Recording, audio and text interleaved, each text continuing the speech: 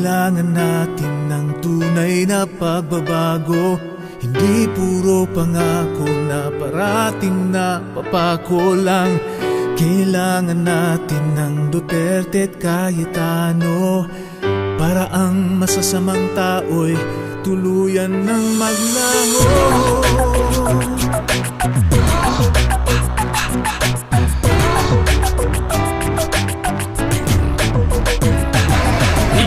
Mayor ang puso niya sa salita, ngunit ang binalita ay puro lang pagmumura. 2 oras na kaluhod no'y katabi niya, at ang kukunin lang nila yung gagawa ng intriga. Kaya heto na ang plataforma na di masyadong makaporma, sa wala ng perang kampanya. Kahit na ang mga kumpanya na nga sa kanya ang nagsisilabit at nagtipresenta.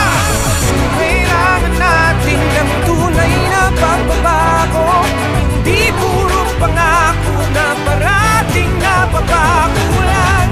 Kailangan natin ng Duterte at Cayetano para ang masasamang tao tuluyan ng maglaho. Alam ng bituka, nilang nakatoga, sagot sa kriminal, kamay na bakal. Alam ng bituka, nilang nakadroga, sagot sa kriminal, kamay na bakal.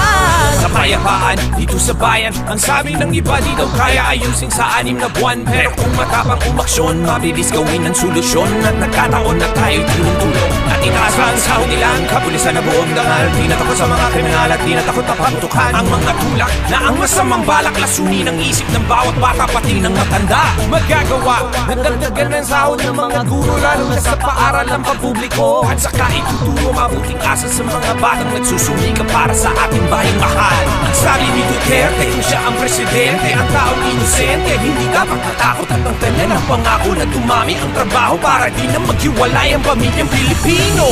Kailangan natin ng tunay na pagbabago, hindi puro pangako na parating na papago.